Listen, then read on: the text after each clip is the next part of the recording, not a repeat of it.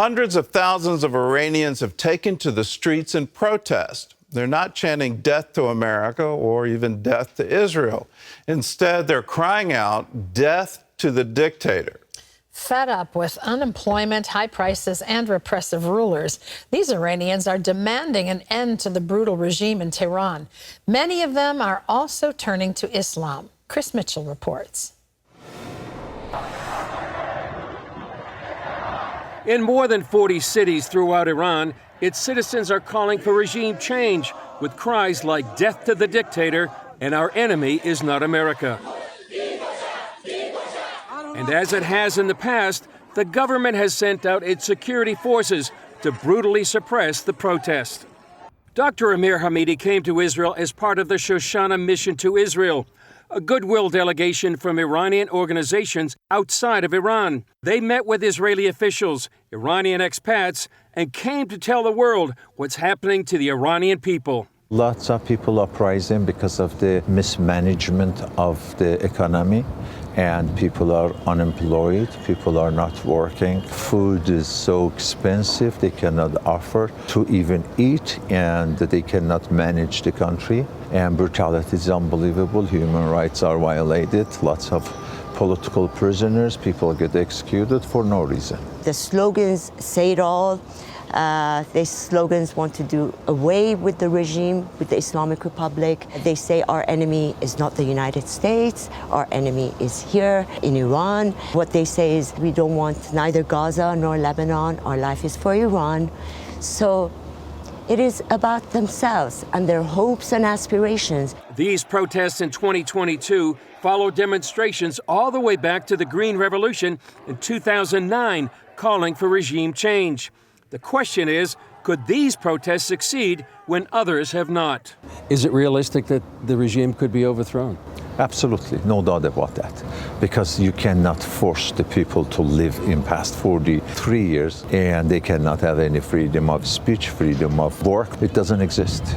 Pastor Nazanin Bahestani told CBN's George Thomas how some Iranians are turning away from Islam in the midst of this crisis. They are so fed up of Islam, and they see everything from Islam's point of view, because the government, the leaders saying that because of Islam, you have to endure. And they say, we don't want to endure this religion. So many are calling us and wanting a new God, wanting to look up to Jesus. Christians are persecuted in Iran, but Pastor Nazanin says that where there is more persecution, the people are more courageous, and they continue to spread the message of Jesus Christ. Gordon? Well, Chris, what can you tell us about the church in Iran? How is it holding up under this persecution? Well, Gordon, I can tell you, first of all, the church is growing. In fact, it's the fastest growing church in the world per capita. And what it's marked by, Gordon, is Muslim coming to faith through dreams and visions. And one told me these dreams and visions, the number of them are sort of off the charts. So they have an underground church, but they also have a cyber church that's connected to the internet. And what I'm hearing, and just to echo what the pastor said, the Iranians, they're spiritually hungry. They're searching for the truth. There's a deep dissatisfaction with Islam. In fact, some are saying Iran is now a post-Islamic country with only a small percentage of Iranians that actually go to the mosque. Many Iranians, they hate the government. They don't hate the West or America. And the regime, for that matter, they fear the church, and sometimes perhaps even more than Israel. And many feel the government will collapse and could collapse. And some say the church needs to be ready to respond if that happens inside Iran. Well, let's look at the protests. Back during the Green Revolution, the government unleashed snipers on the protesters. We just saw the video where they're beating a man in the street with a baton. How is the leadership responding, and is there real potential here to create change? Well, as they have in 2009, Gordon, here, they're doing the same thing in 2020. That was a horrific video of that man being beat up on the street. So brutality, that's one of the first things they use. And then the arrests of protesters.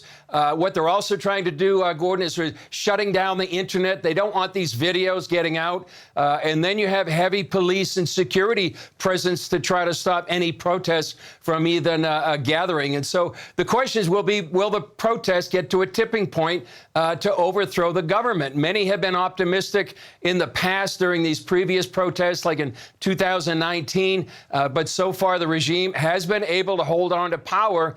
And that's why many are praying that this regime will fall. And if it does, Gordon, it's going to be a game changer for the Middle East. Well, let's look at Saudi Arabia. They obviously are a counterbalance to Iran in the Middle East. And President Biden had planned to make a trip over there this summer. Where does that trip stand? Well, right now, President Biden said, he may visit. It's not confirmed just yet.